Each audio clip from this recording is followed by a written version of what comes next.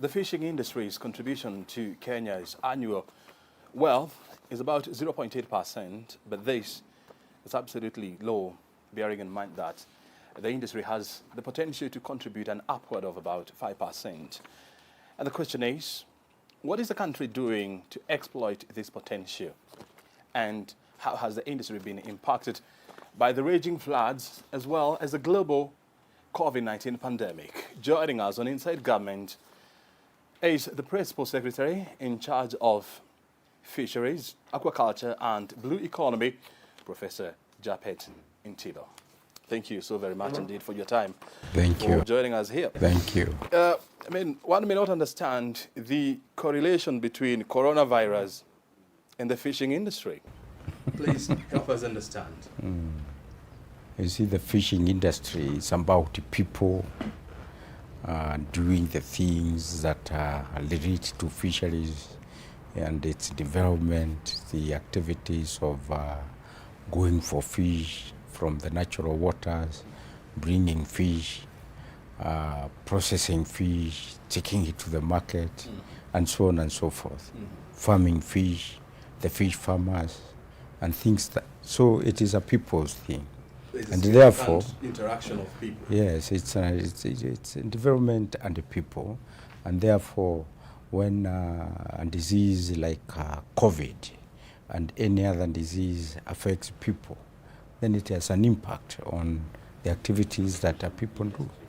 And this is what we have seen recently, in the sense that you see, COVID did not just affect the fishing industry per se. It affected the entire spectrum of human activities in an economy.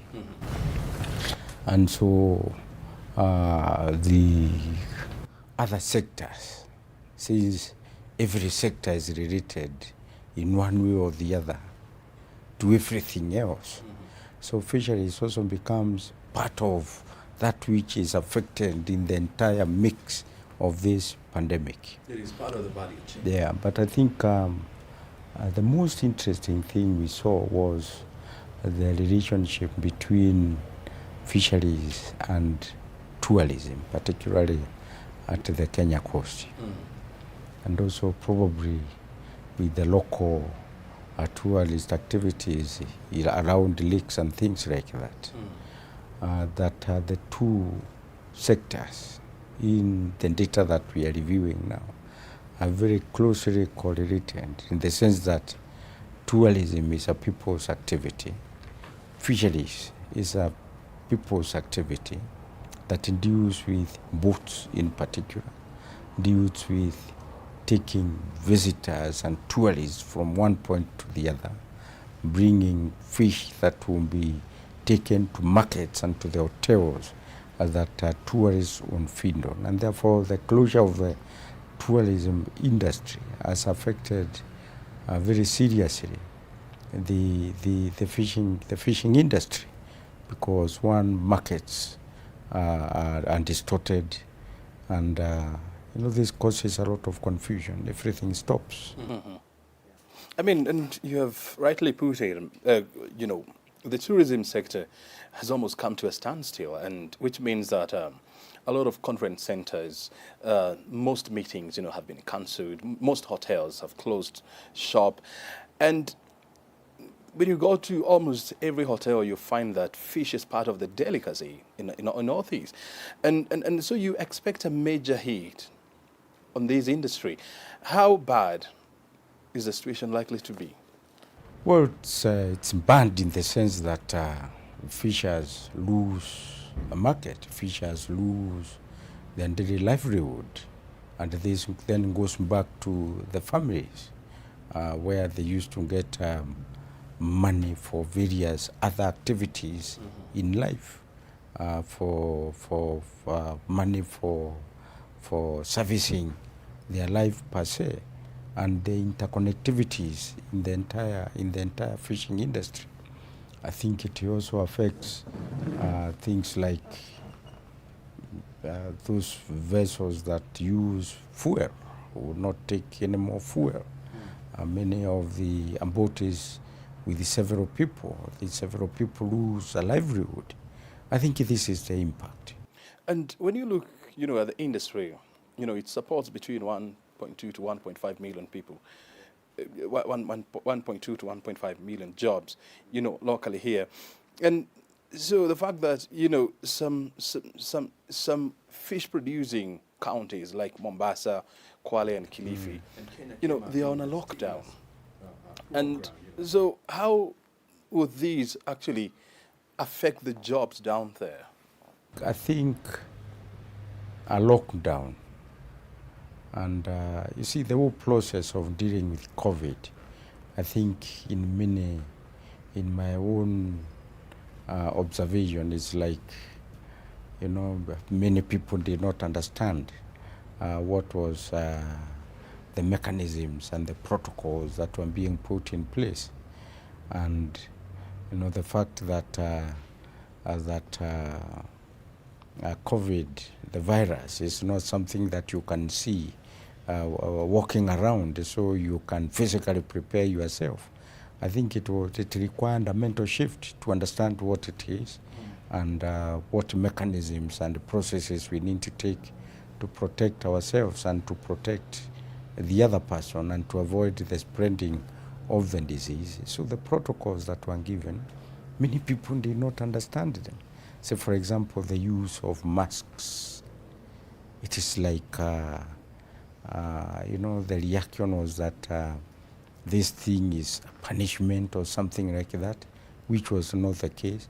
The mask is a scientific tool to protect yourself from being infected by others, and also you yourself to affect the other person. And things like staying at home, minimizing movements and things like that. All these were meant to protect our people, to protect fishers who do the fishing. You see what I mean? We need a healthy population to be able to do that. So lockdowns then will be managed in ways that then make sure that people don't suffer. And I think that is happening. And we hope that we will get out of this so that people can go back to normal lives and do the kind of things we do. Those who farm can farm, those who fish can fish, those who transport products can transport them, because that is what builds an economy. Yeah. When you look at, the fishing industry here in Kenya, I mean, most of it is artisanal fishing. And poverty among, the fishing communities or the communities that are engaged in the business of fishing, when you look at Kenya National Bureau of Statistics, they will tell you that it's between 48 to 65%, meaning that they are likely to feel so much heat, from the ongoing cessation of movement, from fish producing counties, and of course shelter in place orders, that have been issued, and of course the closure of restaurants and hotels. Are we likely to see this community, sliding deeper into poverty levels? And if yes, what are the mechanisms in place to ensure that we get them to where they were before, and of course to a higher ground? Of course, this is not a Kenyan thing. I think fisheries all over the world has been affected. It's not just a Kenyan thing. It's global. And usually when there is such global lockdown, economies and the people suffer. And I think governments and the people themselves then plan how to survive during that period, so that when this period is over, then we can get back and put in mechanisms. Like you've heard, governments are planning stimulus packages so that those economies can be resuscitated again moving forward. You saw, like yesterday, we were signing a county participation agreement with the 5 coastal counties in Kenya on marine fisheries program, which will go on for 5 years, targeting the 5 counties. I think the program has come at the right time. Of course, this was part of our planning, but it has coincided with this, and I think this is good for the coastal communities moving forward, particularly the fishers, because we should be able to pick from there and move on and make fisheries better. The program deals with issues to do with fisheries governance. You talked about the coast. The problem has been that we haven't invested substantially in the fisheries sector at the coast to move into the deeper parts of the ocean waters. The challenge has been that you need proper boats to get into the deeper waters. You need to have trained people to be able to manage those crafts and things like that. But historically, this has not happened, and I think this is what we want to address this time. So what you see is that the shallow waters are basically overfished. And when you have an overfished fishery, when you have a lot of fishing capacity, then it is dangerous for that fishery, because then it doesn't help people. It is stressed. We are in competition, doesn't give us enough food. So I think we need to plan to get to the deeper waters. The other thing that we are going to do is to get some of these fishermen to diversify their economic base, move into other activities that would allow the shallow waters to recover, while they move into businesses that they would like, move into agriculture activities that would quickly generate money and things like that. So this is what we are trying to do. And of course, this would be expected to be, you know, a long-term approach, because, I mean, this community, some of these communities, they have, in their entire life, I mean, they have only known one business, and that is going into the waters and doing the fishing. So when you try to help them or to advise them to diversify, I mean, you expect to see naturally, you know, some resistance. And of course, by the time you pick up, it's expected to be a bit of time. I think, Brian, my experience in working with fishers for quite some time, I think it's not true that they're just mono, you know, economically oriented to fishing. They do other things. I saw, for example, in Lake Victoria, that fishermen also farm at the Kenya coast. I was told the other day that most of the communities out there are farming communities, is what I mean. And I think if we diversify their economic base, this is one way of getting people out of poverty, particularly poverty related to a one approach to an economic thing. You know, if I can take you back to 2008, you know, during the global financial pandemic, and Kenya came up, you know, with a stimulus program, you know, in a bid to boost economic growth and business activities. And one of the areas that was highlighted and came out very strongly was encouraging aquaculture business, which thrived back then. Today is a different case altogether because of various factors like lack of market and so much. And when President Uhuru Kenyatta, you know, released his 8-point stimulus package, we didn't see the fisheries sector, you know, being touched in a significant manner. Was this sector overlooked, or maybe we haven't seen everything yet? Brian, we can't argue that way. I think that I've just told you that yesterday we signed a participation agreement between the counties along the Kenya coast and this ministry, this state department, for a 10 billion Kenya shillings program. So you see, you can't put stimulus money where there is already money. You see what I mean?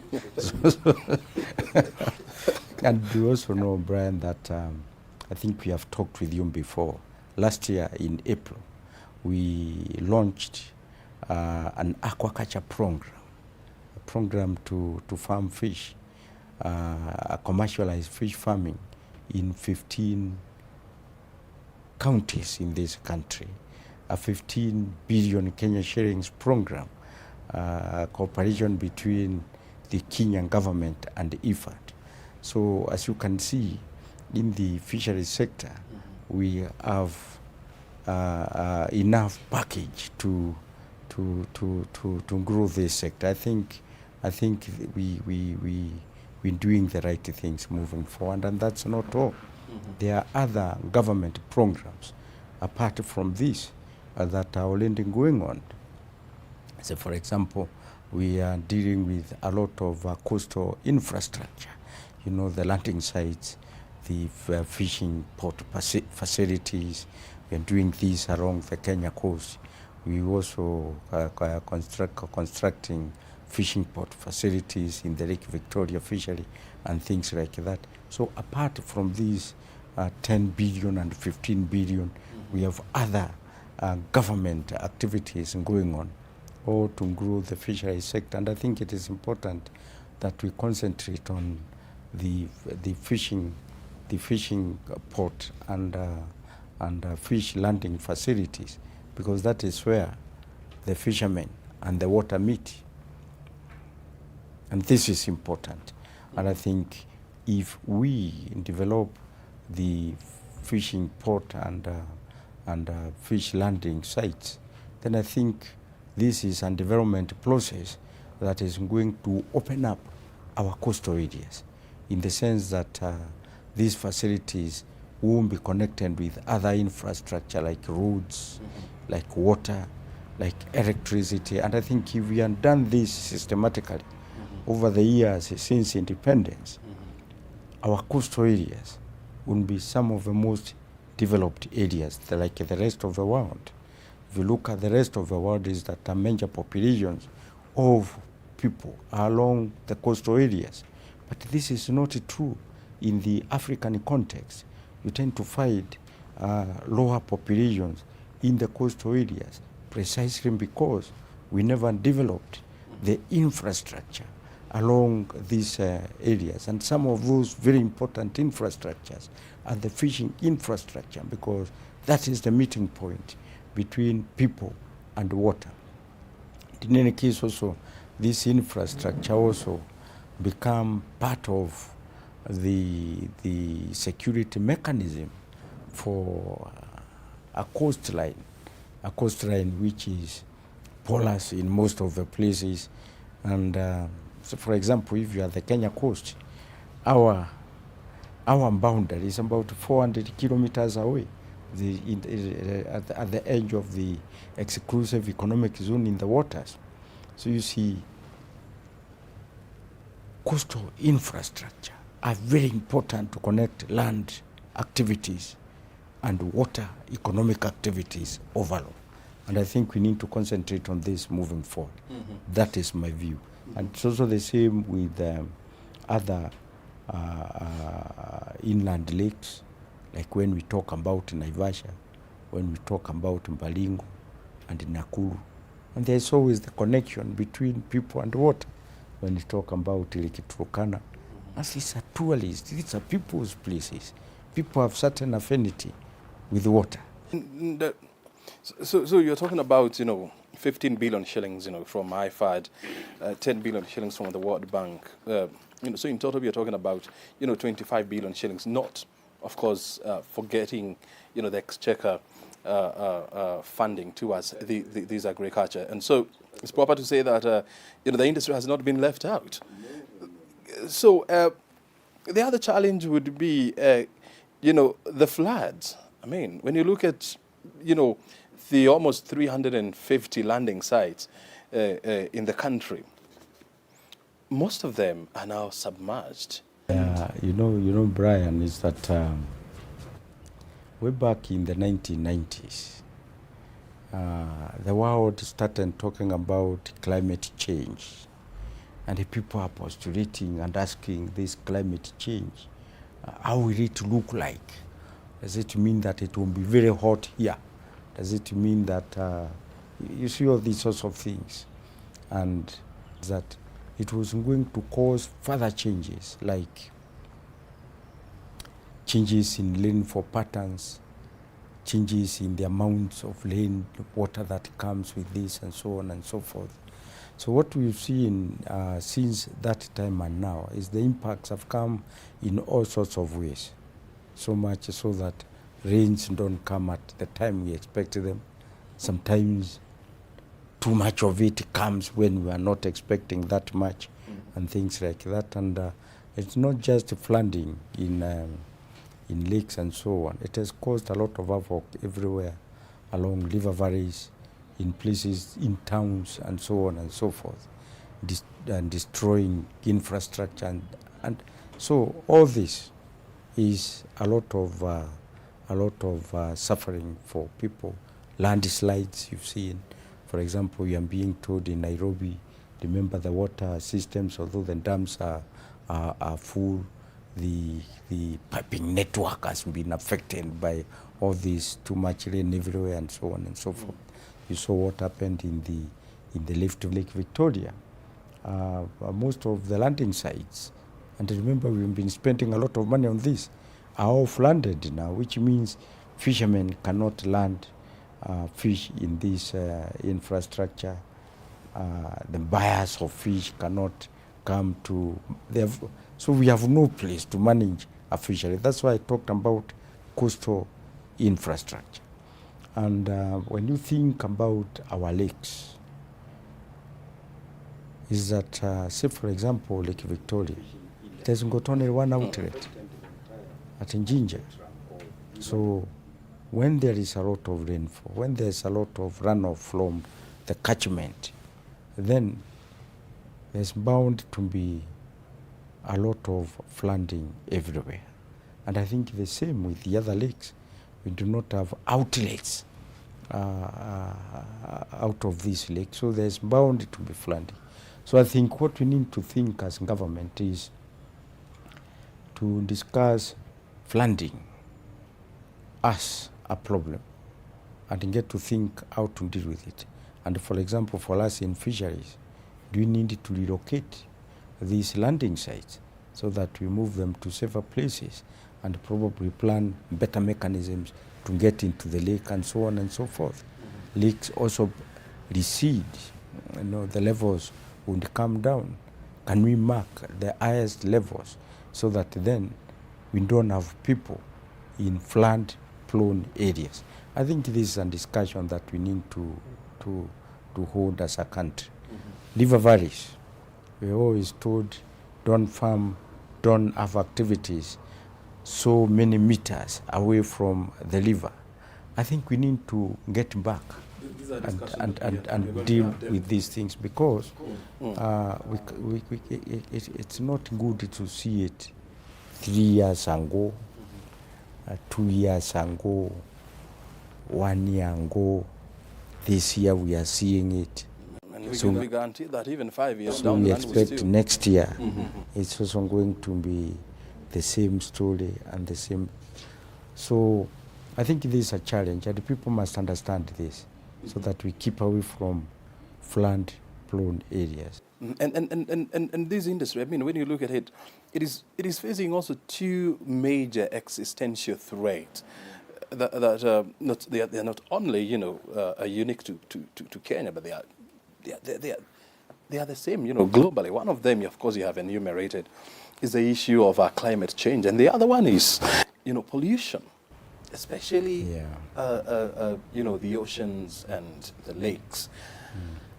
How will we deal with these going forward? Well, the trouble with all water ecosystems, whether lakes, oceans, and is that geographically, the waters are always in the lower part, physiographically, and so whatever we do, all human activities that occur around the waters and the wastes they produce, if not managed properly, eventually it ends up in the lowest part of the globe, mostly the waters, in the lakes, in the oceans, through the rivers. The other day we were talking about, this time we are wearing masks and so on and so forth. Already the world has started seeing that these masks that we are wearing to protect ourselves from COVID, if not properly disposed, then they end up in the aquatic ecosystems. I was already seeing clips on the TV last night, how these are impacting water bodies. They are already there. A fish will start eating this material to clog their biological system, their intestine systems. Remember also we know about plastics in our waters and things like that. So I think we need an entire package of how to manage and treat wastes, whether domestic, industrial, or urban, so that it doesn't find its way into the aquatic, into the water ecosystems. Thank you so much for joining us, and of course enumerating some of the measures the government is putting in place to ensure there is exponential growth of this critical sector. Thank you very much. Asante sana for your time. Japet Professor Ntiba is the Principal Secretary in charge of Fisheries, Aquaculture and Blue Economy, joining us on Inside Government today to discuss and to outline various measures that the government is putting in place to help the growth of this important sector, and you have heard it from him. And the challenge to you and me is we must and we have to support this industry by consuming more fish as much as possible. We must move our per capita fish consumption from below 5 kilograms per person to about 10 kilograms, in the next 5 years. And I think this is something that is absolutely achievable. My name is O'Brien Kimani. Enjoy your fish. Good night.